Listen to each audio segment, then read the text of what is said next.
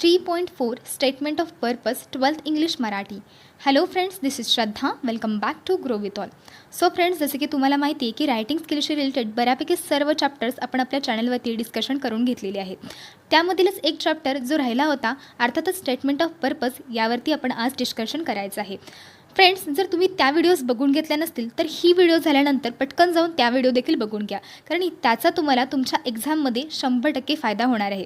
सर्वच व्हिडिओ आपण सिंपल आणि ट्रिकी वेनी बघितले आहेत आणि यामध्ये देखील ही व्हिडिओ देखील अशाच पद्धतीने आपण स्मार्ट आणि सिंपल वेनी बघणार आहोत. ठीक आहे. नेहमीप्रमाणेच आपण अतिशय प्रोफेशनल लँग्वेजमध्ये जाणार नाही, कारण तसं करायला गेलो तर आपल्याला काही कळतच नाही. ठीक आहे ना. सो आपण अतिशय सोप्या पद्धतीने बघणार आहोत, त्यामुळे तुम्ही अजिबात व्हिडिओ स्किप करायचे नाही, कारण आपण व्हिडिओच्या शेवटी एक लाईव्ह एक्झाम्पल देखील घेणार आहोत की जेणेकरून हा जो पूर्ण चॅप्टर आहे तो तुमच्या मेंदूमध्ये अगदी फिट केला जाईल. ठीक आहे. सो आपण उगाचच वेळ न वाया घालवता व्हिडिओला सुरुवात करूया. तत्पूर्वी जर तुम्ही आपल्या चॅनलवरती नवीन असाल आणि अजून देखील आपल्या चॅनलला सबस्क्राईब केलं नसेल तर आपल्या चॅनलला सबस्क्राईब करून घ्या आणि बाजूचं बेल बटन देखील ऑन करा, की जेणेकरून कोणतीही व्हिडिओ आली तर त्याचं सगळ्यात पहिल्यांदा नोटिफिकेशन तुमच्यापर्यंत येईल. ठीक आहे. सो आपण आपल्या जो पॉईंट आहे स्टेटमेंट ऑफ पर्पज याला चालू करूया. SOP समजण्यापूर्वी हा पॉईंट समजून घ्या friends. Every profession needs some qualities or skills. अर्थात प्रत्येक प्रोफेशन कोणती तरी स्किल्स किंवा क्वालिटीज हे रिक्वायर्ड करत असतं.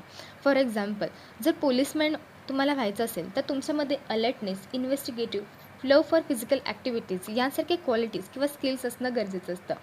जर तुम्हाला सायंटिस्ट व्हायचं असेल तर तुमच्यामध्ये रिसर्चिंग, एक्सपेरिमेंटिंग, रीडिंग यासारख्या क्वालिटीज रिक्वायर्ड असतात. तसेच त्या पद्धतीनं जर तुम्हाला एक सक्सेसफुल बिझनेसमॅन व्हायचं आहे तर तुमच्यामध्ये सेलिंग, रिस्क टेकिंग, कन्व्हिन्सिंग यांसारख्या गोष्टी, अर्थात यांसारखे स्किल्स तुमच्यामध्ये असणं गरजेचं असतं. तसेच त्या पद्धतीनं जर तुम्हाला एक आर्टिस्ट व्हायचं असेल तर तुम्हाला imaginative, creative, thinking out of the box यांसारख्या ज्या क्वालिटीज असतात त्या या ठिकाणी रिक्वायर्ड असतात. ठीक आहे. सो बघा की कोणत्या ना कोणती तरी क्वालिटीज प्रत्येक प्रोफेशन हे मागत असतं. त्याच क्वालिटीज आपल्याला SOPमध्ये हायलाईट करायच्या असतात. आता बघा, आपण डिरेक्टली बघू की SOP आता स्टेटमेंट ऑफ पर्पज म्हणजे नेमकं काय आहे. आता इथे बघा, what is statement of purpose किंवा SOP. पहा नीट. It is an application made to university for admission in particular course.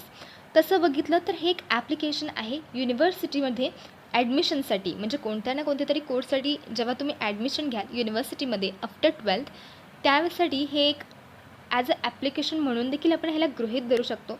पुढचं बघा, it is an essay which describes you as a person, your aims, goals and ambitions.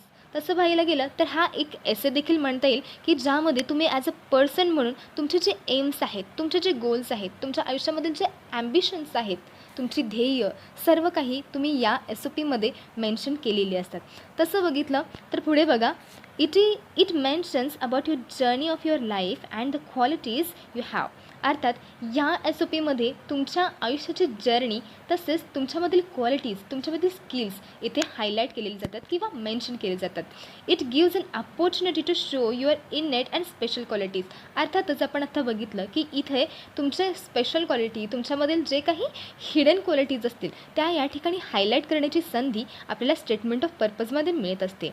तसेच it explains why you want to join the course and your interest. Okay, म्हणजे तुमचा interest कशामध्ये आहे आणि तुम्हाला या कोर्समध्ये यायचं काय आहे, किंबहुना तुम्हाला या युनिव्हर्सिटीमध्ये देखील काय यायचं आहे, अशा ठिकाणी हे स्टेटमेंट ऑफ पर्पज आपल्याला इथं एक्सप्लेन करत असतं. ठीक आहे. सो फ्रेंड्स, जे मोठे मोठे युनिव्हर्सिटीज असतात, जसे की फॉर एक्झाम्पल जर आपण ऑक्सफर्ड बघितलं, हार्वर्ड युनिव्हर्सिटी बघितलं, तर त्या ठिकाणी स्टेटमेंट ऑफ पर्पज देणं गरजेचं असतं. सो ज्यावेळेला तुम्ही ग्रॅज्युएशन लेवलला जाल आणि जर तुम्हाला मोठ्या मोठ्या युनिव्हर्सिटीमध्ये ॲडमिशन घ्यायचं असेल त्या ठिकाणी तुम्हाला या स्टेटमेंट ऑफ पर्पजचा खूप उपयोग होऊ शकतो. या ठिकाणीच हा जो पॉईंट आहे, हा जो चॅप्टर आहे तो तुमच्या सिलेबसमध्ये इथे इन्क्लूड केलेला आहे. बघा, आताच आपण बघितलं म्हणजे अंडर ग्रॅज्युएट कोर्ससाठी आता जेव्हा तुम्ही 12वी नंतर ग्रॅज्युएशनला ॲडमिशन घ्याल त्यावेळेला आपण इथं अंडर ग्रॅज्युएट कोर्स म्हणून, तसेच पोस्ट ग्रॅज्युएट, जसं की तुम्ही ज्यावेळेला कॉलेज कंप्लीट तुमचं ग्रॅज्युएशन कंप्लीट केल्यानंतर मग पुढे तुम्हाला पोस्ट ग्रॅज्युएशन करायचं असेल तर, तसेच डॉक्टरेट लेवलचे अर्थात PhD लेवलचे जे काही कोर्सेस असतात त्या ठिकाणी देखील तुम्हाला इथं SOPचा यूज करावा लागतो. ठीक आहे. सो हा जो पॉईंट आहे तो जस्ट तुमच्या परीक्षेच्या मार्कापुरता उपयोगी नाही आहे, तर तुम्हाला भविष्यात देखील याचा उपयोग होणार आहे. त्यामुळे व्यवस्थित हा पॉईंट, हा पूर्ण चॅप्टर समजून घेण्याचा प्रयत्न करा. आता आला सगळ्यात मेन पॉईंट, अर्थात म्हणजे काय तर फॉर्मॅट ऑफ SOP, अर्थात स्टेटमेंट ऑफ पर्पजचा फॉर्मॅट. ठीक आहे, तो सगळ्यात महत्त्वाचं बघा फ्रेंड्स, तर इथं म्हणजे काय तर it should be written in 500 words and 5 to 6 paragraphs. अर्थात 5 ते 6 पॅरेग्राफ्समध्ये आपल्याला 500 शब्दांमध्ये हा जो SOP आहे, आता स्टेटमेंट ऑफ पर्पज आहे, तो लिहिणं इथं गरजेचं आहे. सो बघा इथं फर्स्ट पॅरा जो आहे तर तो कशाशी रिलेटेड असेल, तो इथं मी दिलेले आहेत काही पॉईंट्स, तुम्ही लक्षात ठेवण्याचा प्रयत्न करा.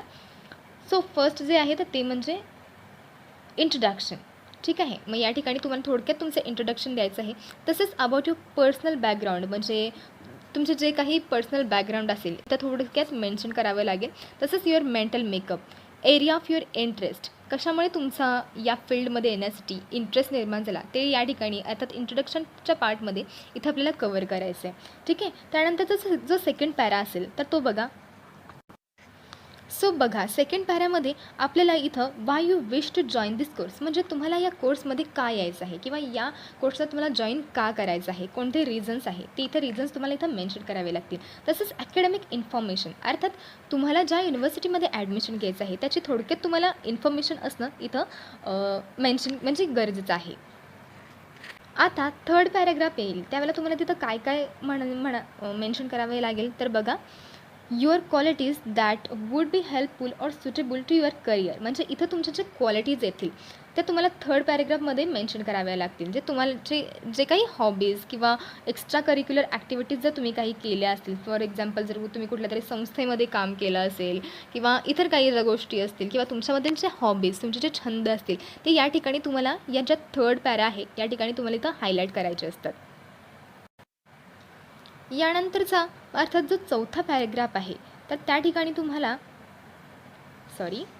या ठिकाणी तुम्हाला mention your experience or any internship project you have done, जर तुम्ही तुमच्या पास्टमध्ये कोणताही इंटर्नशिप प्रोजेक्ट किंवा काही एक्सपिरियन्स तुम्हाला असेल त्याशी रिलेटेड, म्हणजे अर्थात तुम्हाला जे कोर्स करायचं आहे त्याशी रिलेटेड जर तुम्ही कोणते तरी एक्सपिरियन्स तुमच्याकडे असतील किंवा इंटर्नशिप जर तुम्ही कोणते तरी केली असतील तर ते थोडंसं इथं जास्ती चांगल्या पद्धतीनं इम्प्रेशन जातं. जर तुमच्याकडे असेल तर तुम्ही त्या ठिकाणी मेन्शन करायचं असतं आणि जर नसेल तर मग काय हा पॉईंट आपण इथं स्किपच. मग state something which makes you distinct from the other applicants, अर्थात जे बाकीचे ॲप्लिकंट्स आहेत, बाकीचे जे विद्यार्थी आहेत त्यांच्यापेक्षा तुम्हाला काहीतरी इथं वेगळंपणा आहे तुमच्यामध्ये हे इथं थोडंसं हायलाईट करायचं असतं.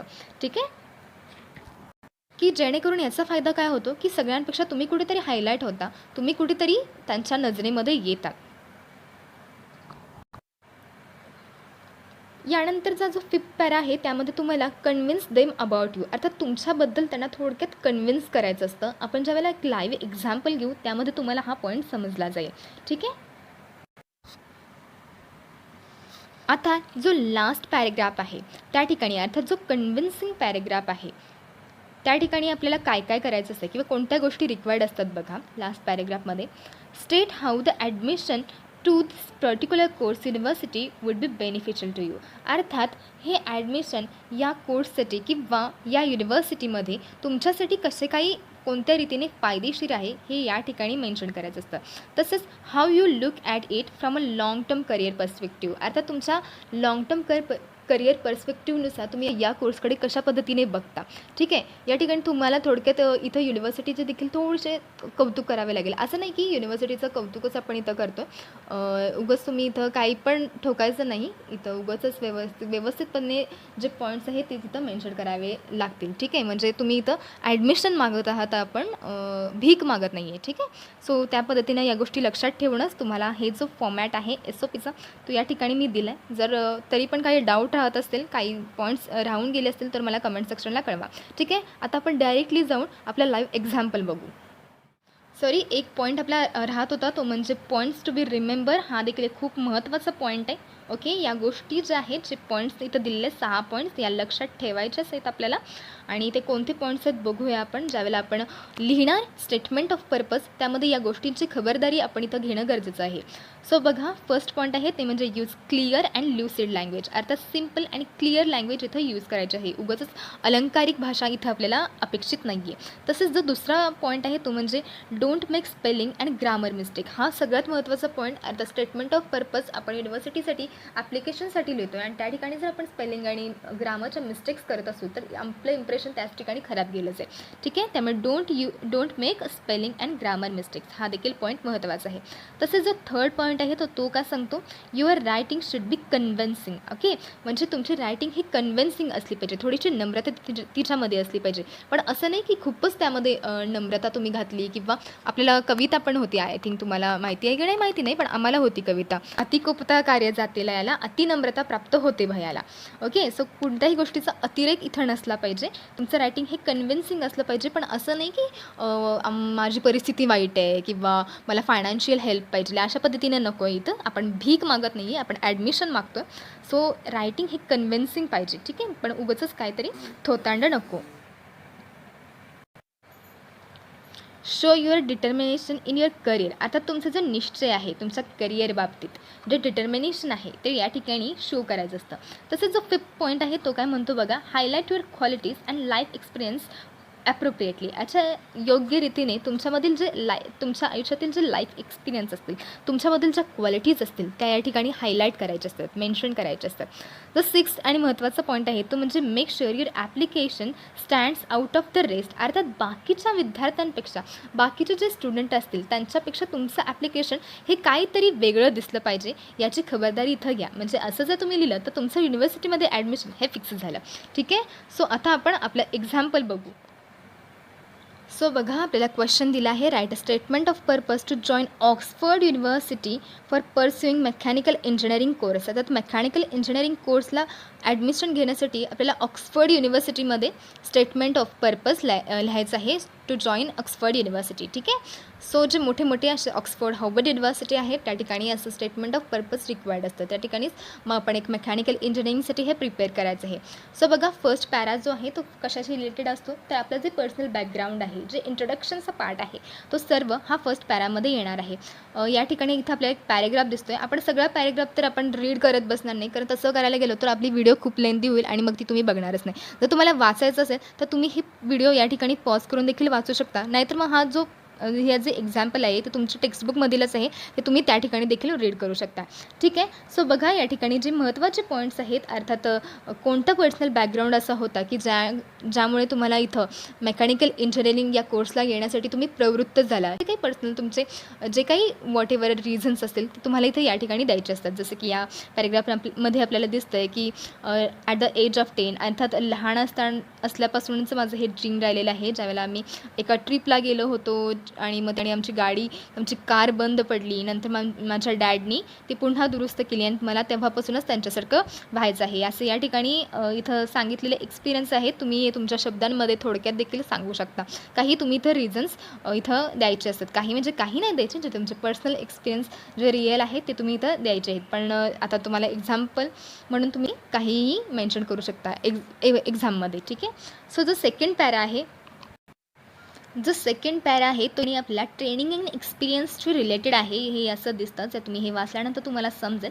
ट्रेनिंग आणि एक्सपिरियन्स जो पॉईंट आहे तो याने मेन्शन केलेला आपल्याला दिसतोय. काही प्रमाणात टेक्निकल वर्ड्स यूज झालेत, त्यामुळे तुम्ही हे बघू शकता की जसे की कोणत्या पद्धतीने एक इंटर्नशिप आम्ही ज्यावेळेला अटेंड केली होती किंवा डन केली होती पुणे या ठिकाणी, त्यावेळेचा तुमचा जो एक्सपिरियन्स आहे ते इथं मेन्शन केलेला आपल्याला या पॅरामध्ये दिसतोय. सो जो सेकंड पॅरा आहे तो ट्रेनिंग आणि एक्सपिरियन्सशी रिलेटेड तुम्ही इथं देऊ शकता. तसेच जो थर्ड पॅरा आहे तर तो तुमच्या हॉबीजचे, तुमच्या अकॅडमिक्सशी रिलेटेड येईल. म्हणजे तुम्ही हे जर वाचलं, हा जो पॉईंट वाचला, तर तुम्हाला इथं समजेल की या ठिकाणी तुम्हाला तुमच्या हॉबीज, तुमचे इंटरेस्ट आणि तुमच्या स्किल्स ज्या तुम्हाला ह्या एक्सपिरियन्स, अर्थात जो मेकॅनिकल इंजिनिअरिंग तुम्ही कोर्स घेणार यासाठी कशा पद्धतीने जे बेनिफिट म्हणजे त्याचा फायदा होऊ शकतो तुम्हाला इथं हायलाईट करावं लागेल किंवा याथं मेन्शन करावं लागेल. ठीक आहे, सो हे तुम्ही बघू शकता की तुमच्या इथं हॉबीज आणि इंटरेस्ट तुम्हाला थर्ड पॅरेग्राफमध्ये मेन्शन करायचे आहेत. यानंतरचा मग जो फोर्थ पॅरेग्राफ येईल, हे देखील तुम्हाला तुमचा एक्सपिरियन्स, अर्थात तुमचे जे तुम्ही कोणत्याही कॉलेजमध्ये असताना किंवा स्कूलमध्ये असताना जे काही तुम्ही एक्स्ट्रा करिक्युलर ॲक्टिव्हिटीजमध्ये भाग घेतला असेल किंवा काही तर तुम्ही कामे करत असाल तर ते याठी तुम्हाला इथं मेन्शन करायचे असतात. जसं ठीक आहे, आपण बघतोय we run a daily feeding program in our temples where everyone is welcome. ठीक आहे, सो अशा पद्धतीने तुम्ही जे काही एक्स्ट्रा करिक्युलर ॲक्टिव्हिटीज करत असाल, ओके, सो या गोष्टी या फोर्थ पॅरेग्राफमध्ये तुम्हाला इथं मेन्शन करायचे असतात. ठीक आहे. त्याच पद्धतीनं बघू शकता. जर 5वा पॅरेग्राफ आहे इथं तुम्हाला स्वतःबद्दल त्यांना अर्थात युनिव्हर्सिटीला तुम्हाला इथं कन्विन्स करायचं आहे why you want to join this particular course, म्हणजे या कोर्सला, या स्पेशल कोर्सला तुम्हाला इथं का जॉईन करायचं आहे, त्याचे रिझन्स तुम्हाला इथं द्यावे लागतील. अर्थात इथं तुम्हाला त्यांना कन्विन्स करायचं आहे की मी बाकीच्या विद्यार्थ्यांपेक्षा या युनिव्हर्सिटीमध्ये या कोर्सला कशा पद्धतीनं योग्य आहे, मी बाकीच्यांपेक्षा कशा पद्धतीनं इथं फिट होतो, हे तुम्हाला या ठिकाणी इथं मेन्शन करायचं. हे स्वतःबद्दल तुम्हाला 5th पॅरेग्राफमध्ये इथं कन्विन्स करायचं असतं. तसंच त्यानंतर मग जो लास्ट पॅरेग्राफ आहे अर्थात कन्विन्सिंग पॅरेग्राफ, या पॅरेग्राफमध्ये तुम्हाला हीच युनिव्हर्सिटी किंवा याच युनिव्हर्सिटीमधील जो कोर्स आहे मेकॅनिकल इंजिनिअरिंग, तो माझ्यासाठी देखील कसा योग्य आहे हे देखील त्यांना पटवून द्यायचं आहे. आपण मागील पॅरेग्राफमध्ये बघितलं की या युनिव्हर्सिटीमध्ये येण्यासाठी किंवा या युनिव्हर्सिटीमधीलच कोर्स मला ॲडमिशन घेण्यासाठी आपण कितपत योग्य आहोत हे त्यांना पटवून द्यायचं. तर लास्ट पॅरेग्राफ जो आहे तो कशा पद्धतीने पटवून द्यायचा, तर हीच युनिव्हर्सिटी आपल्यासाठी का योग्य आहे हे देखील त्यांना इथं लास्ट पॅरेग्राफमध्ये आपल्याला सांगायचं आहे की का हीच युनिव्हर्सिटी आपल्याला योग्यरित्या किंवा याच युनिव्हर्सिटीमधील जो कोर्स आपल्याला आपल्या करिअरच्या दृष्टीनं किती महत्त्वाचं ठरू शकतो हे त्यांना इथं सांगायचं आहे. ठीक आहे. सो आय होप, मला वाटते की सगळे पॉईंट्स तुम्हाला समजले असतील आणि तरी देखील काही जरी तुम्हाला डाऊट्स आलेले असतील तरी तुम्ही मला कमेंट सेक्शनला नक्की विचारू शकता. आणि जर व्हिडिओ आवडली असेल तर प्लीज व्हिडिओला लाईक, शेअर आणि आपल्या चॅनलला सबस्क्राईब करायला विसरू नका. आणि तुमच्या सर्व फ्रेंड्स आणि 12वीच्या सर्व विद्यार्थ्यांना ही व्हिडिओ शेअर करा, कारण एक्झाममध्ये सगळ्यांचाच फायदा हा झाला पाहिजे. भेटूया नेक्स्ट व्हिडिओमध्ये लवकरच. तोपर्यंत अभ्यास करत राहा. थँक्यू.